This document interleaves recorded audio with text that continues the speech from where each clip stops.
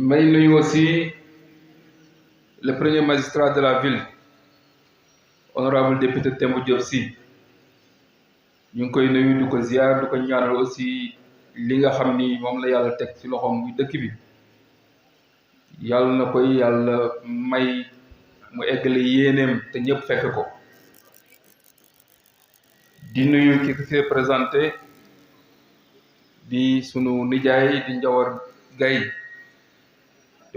di nuyu waa daayira As-Siddiqu wal Wafa te seen président Abdou Amar jiite ko di ko nuyu di ko sant aussi si teraanga bi nga xam ne tey jëlaat nañ ko teg ko sama loxo pare na ma conférence bi te defe naa du tey la njëkk donc Abdou maa ngi lay nuyu di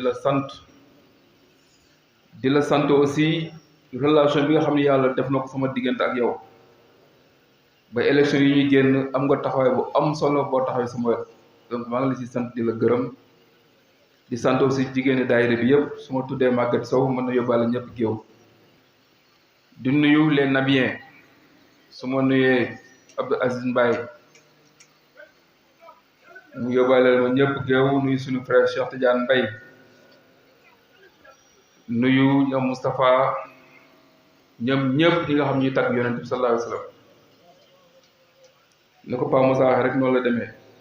ñun yonent bi rek la ñuy dund yàlla def na yàlla dénk na ma ñeenti bant juróomi bant sa lay wax ki si jiitu muy sama taaw bi nga xam ne sama wajur laa ko tuddee ndax sama wajur dafa génn àdduna 40e jour bi la sama taaw judd ma tuddee ko mais keneen ki si topp ku nekk rek yonent bi sallallahu alayhi wa sallam laa tuddee da ki si mujj jigéen la aussi tamit moom laa ko tuddee sama